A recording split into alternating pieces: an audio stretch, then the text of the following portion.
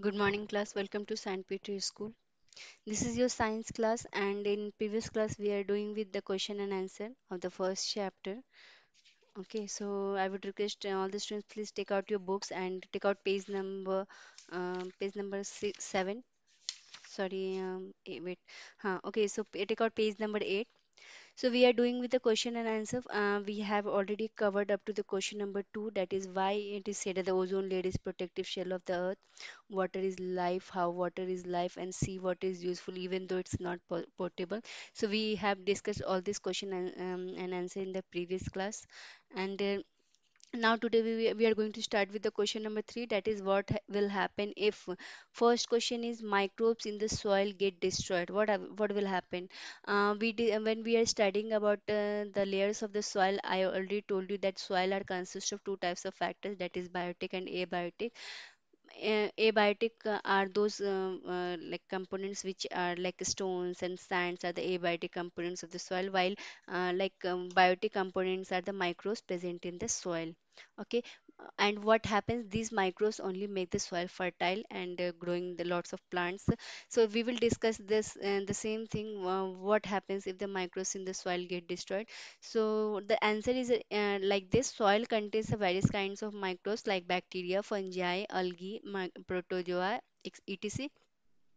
So all of these microorganisms play an important roles. Like, what are the important roles by the microorganism are certain bacteria and blue-green algae have the ability to fix atmospheric nitrogen.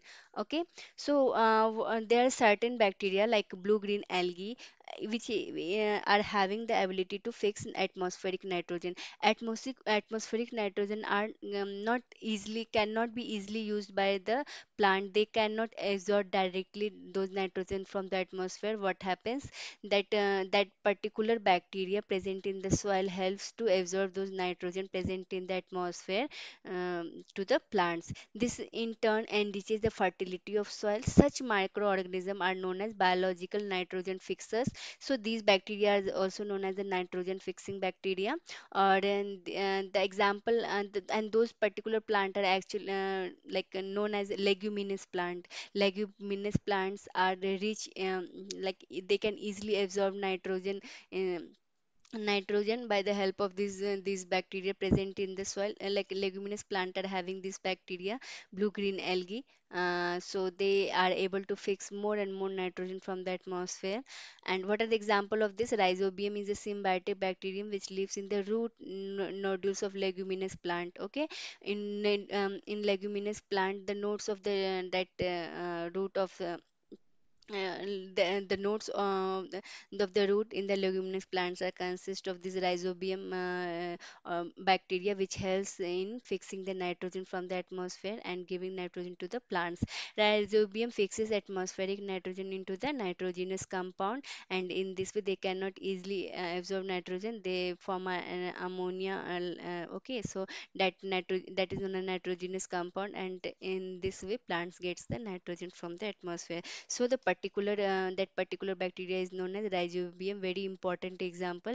This is the example of this is known as the symbiotic bacteria, which helps in fixing the nitrogen present in the atmosphere in the form of nitrogenous compound, that is ammonia, and then in this way plant absorb those ammonia and give it to nitrogen to the plants. Okay, so this type of particular plants is known as leguminous plant. Leguminous plant are like peas, mutton. These all are known as leguminous plants. They can easily they are easily absorb the nitrogen from the atmosphere. Okay, so in this way, microbes are very important for the soil. Okay, so if the my soil are not having the microbes, they can not able to absorb nitrogen from the atmosphere, and even the microbes are also help the soil in making fertile. Okay. Now, the second question is here: the number of vehicles and factories in your surroundings increases. Then what will happen? Suppose the like in this you are living in a very traffic area. There are number of vehicles always surrounding to you. So what will happen then? Okay, so what will happen?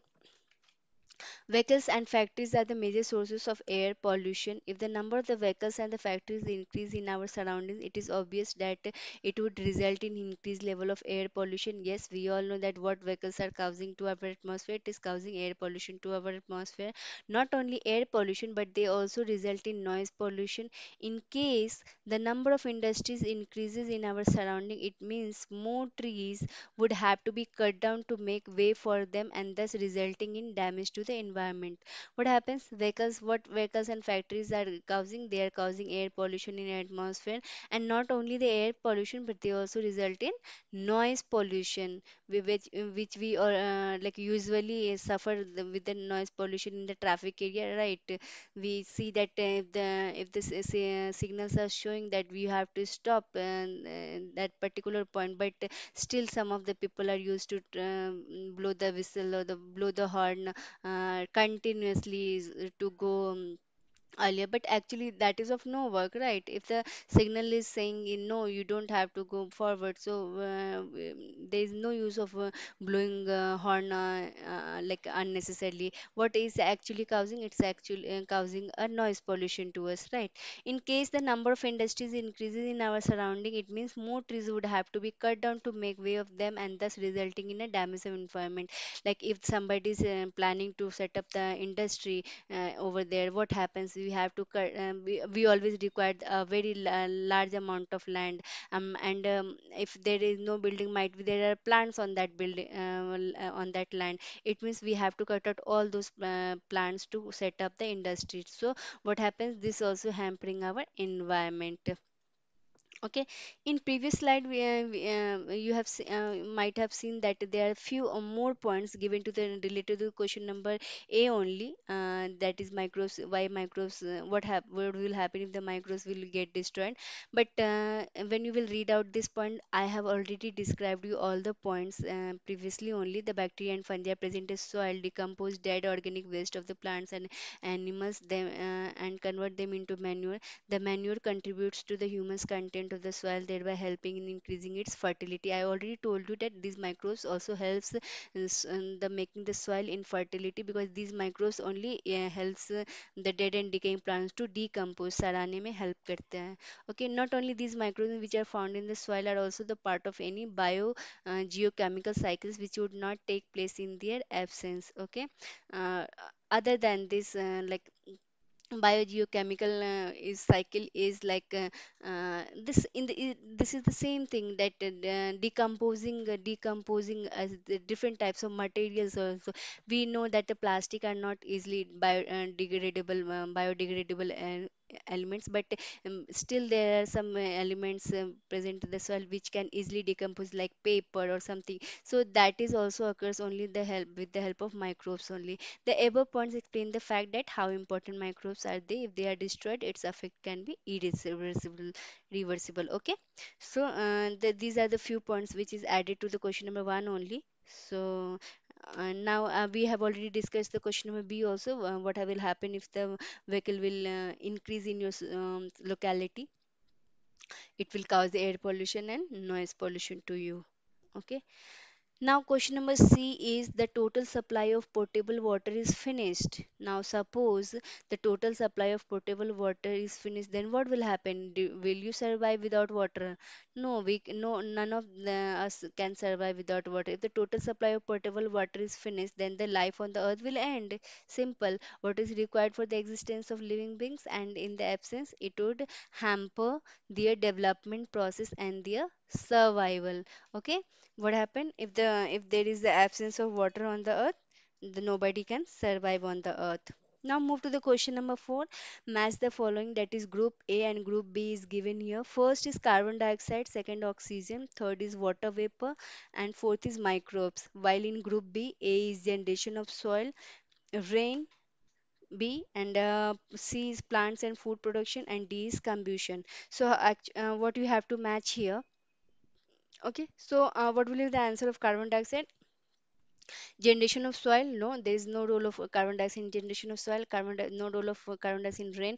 Plants and food production, we all know that plants exhale carbon dioxide and plant inhale carbon dioxide and exhale O2 into the atmosphere. So for completing the photosynthesis process, plants require this carbon dioxide for the food production for the plant. Okay, so first answer will be C. Second is oxygen. Oxygen helps in combustion. जलने में मदद करता है, right? If there is will be no oxygen, no combustion can occur. Okay. Now, water vapor. Water vapor generation of soil. No, water vapor helps in raining. Like yes, what this water vapor only goes to the atmosphere and makes a cloud, and then it rains. Right.